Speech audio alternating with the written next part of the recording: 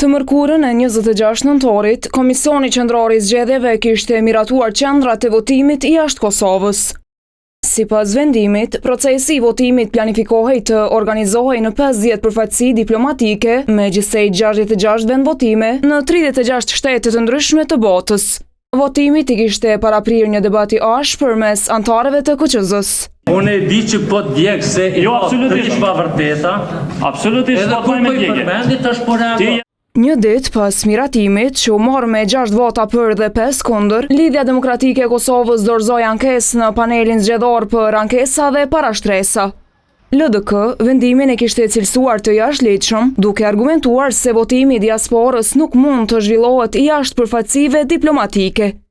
PZAP e quajti gjithashtu të palegjshëm dhe madje shpike vendimin e KQZ-s. Prandaj vendimi i ankimuar i KQZ-s, duke qenë në kundërshtim me dispozitat në fjalë dhe duke qenë se përbën zgjidhje të re për votuesit jashtë vendit përtej 2 zgjidhjeve, 2 mënyrave të votimit që i përcakton ligji, është totalisht i pavlerë. Kështu, votimi në 10 qendrat jashtë përfaqësive diplomatike, 5 në Gjermani, 3 në Zvicër dhe nga 1 në Mbretërinë e Bashkuar e SBA, të propozuara nga Ministria e Punëve të Jashtme dhe Diasporës, thuhet se s'mund të ketë as transparencë. Hap derën për ndërhyrje të palëve të treta e manipulime çfarë sjell më pas, edhe kontestime të procesit zgjedhor.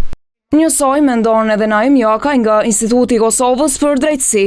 Ka mungu një proces i transparent që të dihet se ku do të votohet, cili do të jetë vendi, ku do të jetë, sa do të jetë qiraja e të tjera.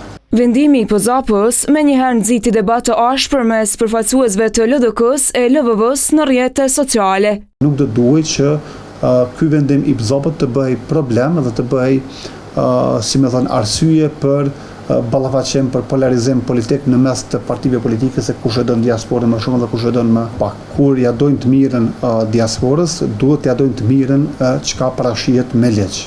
Në arsyetim, PZAP thekson se një alternativë e tillë e votimit, sipas ligjit, mund të aplikohet vetëm brenda vendit me prioritet në objektet arsimore, kulturore apo të ngjashme. Sidoqoftë, palët kanë të drejtë ankese në Gjykatën Supreme brenda 48 orëve që i bie deri të martën mbrëmë.